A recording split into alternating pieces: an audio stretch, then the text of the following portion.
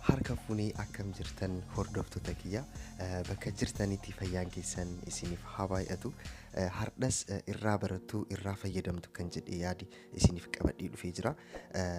Egaa qophiin hardhaa haalaan adda kan ta'edha. Hamma dhumaa ana wajjin turaan affeerraa kiyya. Qophii kana kan isiniif dhiyeessu ani Dr. Firaoli. Egaa mata dureen hardhaa dubartii takka akkam goonee keessattuu iyyiinsa sagalee bareedaa hojii jechuudha. Sagalee baasaa akkam gootee wal qunnamtii raawwachuu dandeessa kan jedhu ni ilaalla. Hedduu faayidaa qabeessaa fi isin barsiisa jedhee yaada. Gara qophiitti dabruun dura namoonni haarawaa taatan baga nagaan dhuftan. Subscribe gochuunii fi mallattoo bilbilaa tuquun waa'ee jaalalaa, waa'ee wal qunnamtii saalaa akkasumas waa'ee bultii, waa'ee fayyaa fi wantoota fayyaa wajjin wal qabatan ifaan ifatti piroograama isiniif dhiyeessu hordofuu ni dandeessu jechuudha. Namoonni na jajjabeessitan hedduu takka galatooma. Gaafii qabdan, yaada qabdan koomentii jalatti barreessaa. Kallattumaan gara qophii hardhaatti dabarra.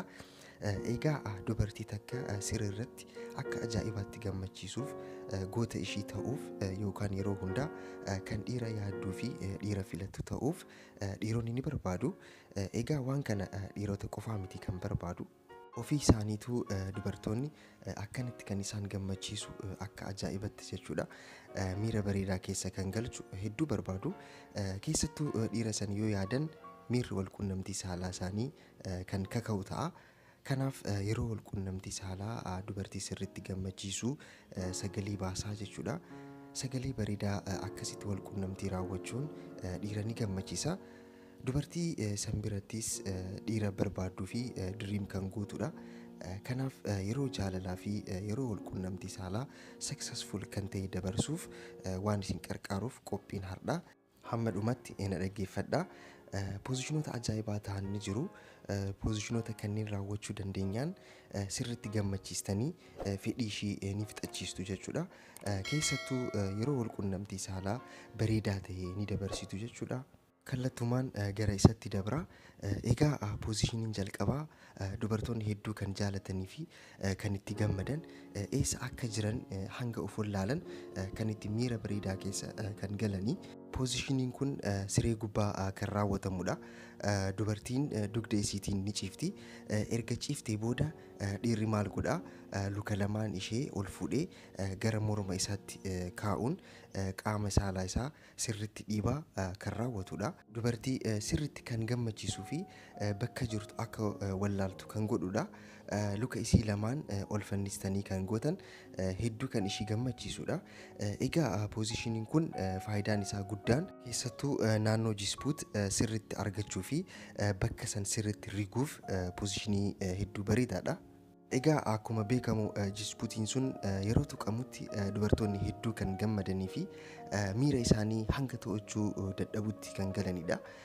Kanaaf luka ishii ol fannistanii kan wal qunnamtii raawwatan hedduu kan ajaa'ibaa ta'a jechuudha. Egaa poozishiniin kun xurree siree irra taatanii raawwachuu ni dandeessu.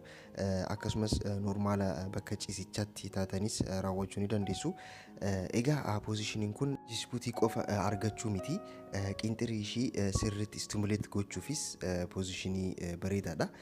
Egaa kan biraa immoo poozishiniin kun hedduu barbaachisaadha. Keessattuu sagalee ajaa'ibaa baasaa fi miira gaarii keessa seenaa wal qunnamtii raawwachuuf kan fayyadu kan isinitti himu ta'a. Kun egaa dubartiin luka ishii hamma dandeessutti ni banti. San booda ishiin ni ciifti. Erga luka isii sirriitti addaan bantee hanga dandeessutti jechuudha. Gara dubaatiin angilii argatuun dhiirri isii gubbaa ciisuun raawwachuudha. Egaa poozishiniin kunis jispuutii ishii sirriitti argachuudhaaf hedduu bareedaadha. Luka isii garuu hamma dandeessutti banuu qabdi. San booda dhiirri gubbaa taa'ee raawwachuu danda'a jechuudha. Kan biraa keessattuu dubartoonni hedduu kan jaalatanidha. Dubartiin gubbaa irra kan taatudha. Dubartiin gubbaa taanaan normaalii siree irratti raawwatamuu ni danda'a. Siree irratti egaa dhiirri dugda isaatiin ni ciisa. Erga dugdaan ciisee booda dubartiin luka ishee walitti mammaruun gubbaa irra taa'udha. San booda wal qunnamtiidhaaf kan qophaa'e qaama saalaa isaa fuudhuun gara qaama saalaa isheetti seensisuudha. akka isiin barbaaddutti saffisaan tahee suutaan ofii ishiitiin to'ataa jechuudha. Raawwachuun ni danda'ama. Kun egaa dubartoota hedduu kan isaan gammachiisudha.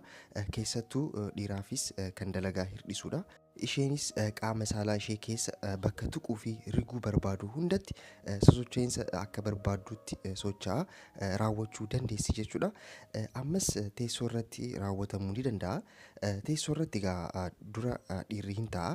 Isiin egaa fuula ishii garagalchuun olii fi gadi jedha raawwachuudha. Kunis jispuutii ishii sirriitti argachuuf bareedaadha. Samboo dagaa turtii fi yeroo yoomuu kan hin irraanfatamne fi kan ajaa'ibaa ta'e ni dabarsitu jechuudha. Egaa poozishinii dhumarra isiniif kaasu doogi istaayiliidha. Kun egaa poozishinii hedduu beest ta'edha. Qaama saalaa ishees guutumaan guututti ni argattu. Akkasumas miira bareedaa fi akka salphatti fedhii ishee fixachiisuuf hedduu isin qarqaara. Egaa poozishiniin kunis akkuma baratame siree gubbaatti kan raawwatamudha.